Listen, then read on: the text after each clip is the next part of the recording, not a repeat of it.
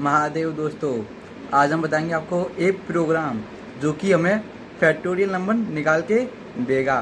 तो चलो चलते हैं अपनी स्क्रीन पे।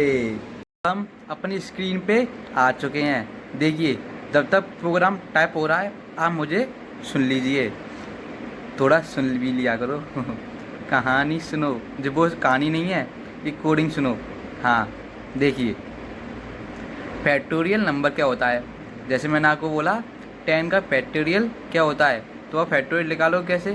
10 multiply 9 multiply 8 multiply 7 multiply 6 multiply 5 multiply 4 multiply 3 multiply 2 multiply 1 equal to, जो इसका आंसर आएगा वो होगा 10 का फैक्टोरियल।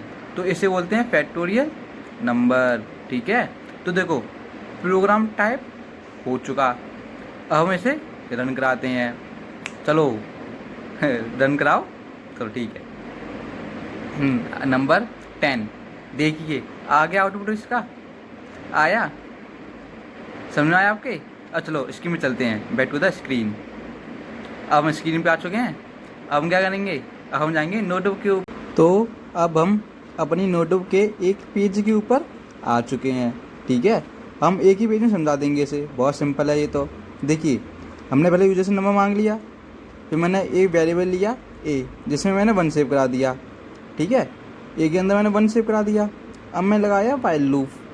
अब मैंने लगाया वाइल लूप, मैंने लिखा इसमें आई ग्रेटर देन 0, मतलब कि जो यूजर नंबर देगा आई 0 से बड़ा है, तब ए इक्वल ए एस्ट्रिक आई।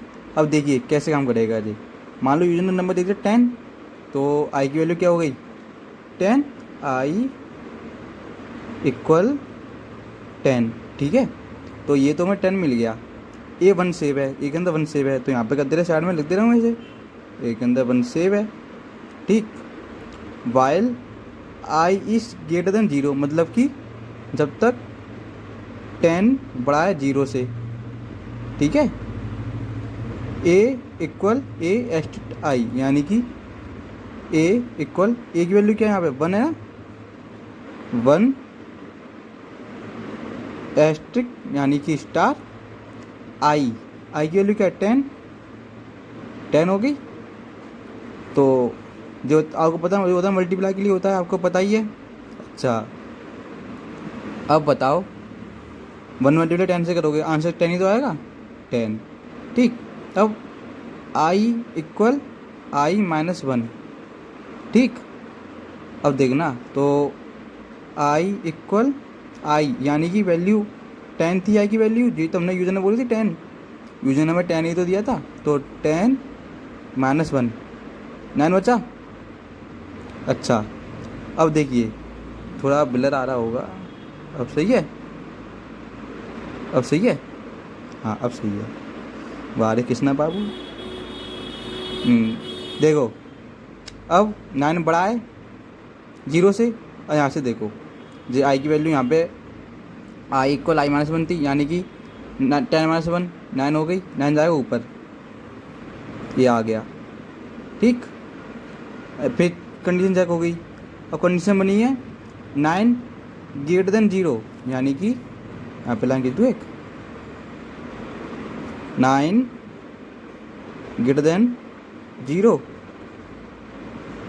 सही है, 9 0 से बड़ा होता है, ये भी सही है।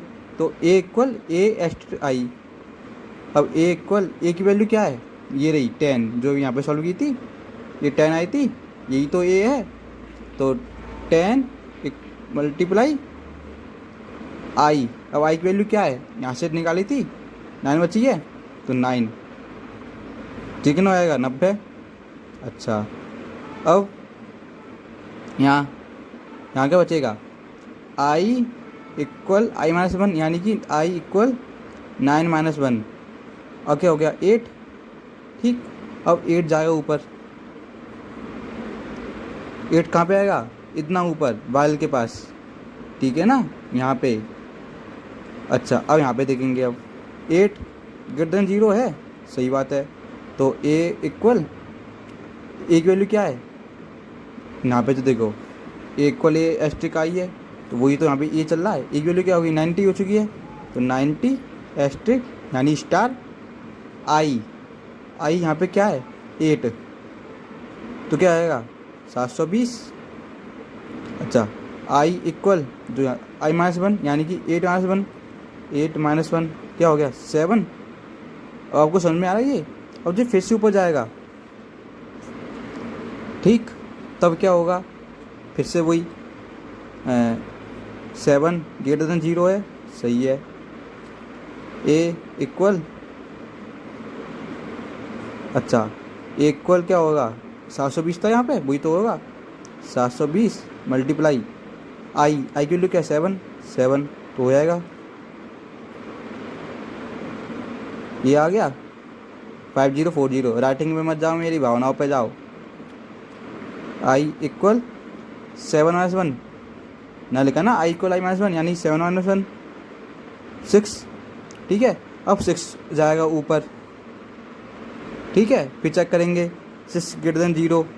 तो ये प्रोसेस ना फॉलो होती जाएगी लंबे तक, ये पूरा प्रोसेस चलता रहेगा। और एंड में जब आपका आएगा 1, तो 1 ग्रेटर देन 0 वही होएगा। फिर यहाँ पे आई की वैल्यू को होगी ना आई माइनस 1 यानी कि 1 माइनस 1 तो 0। अब जाएगा फिर से ऊपर, तो कभी 0 ग्रेटर देन 0 होता नहीं है, ठीक है।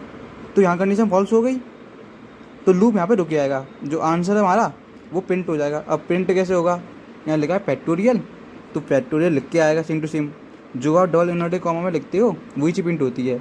तो फैक्टोरियल ये आएगा, यहाँ पे लिखा है साइन इक्वल का लगा है तो इक्वल आएगा।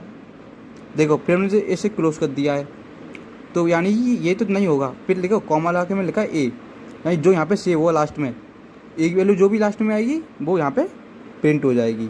समझ आया आपको। और देखो मान लो डबल इन्वर्टेड कॉमा में मैंने लिख दिया लैला, तो क्या होता, तो यहाँ पे लिखा आता लैला में लैला, ये लैला आ गया, इक्वल आया। अच्छा उसके बाद ए की वैल्यू है वो प्रिंट हो जाती। तो जो आप चीज़ डबल इन्वर्टेड कॉमा के अंदर लिखोगे वही चीज़ प्रिंट हो जाएगी, ठीक। हाँ, तो मैं आशा करता हूँ आपको वीडियो समझ आ गई होगी। और अगर आपको फिर भी कोई डाउट है आप मुझे कमेंट करें और मेरी इंस्टाग्राम आईडी को फॉलो करें।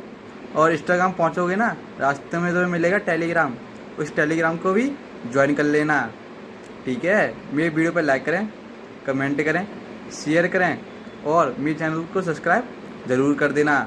जब तक के लिए हर हर महादेव।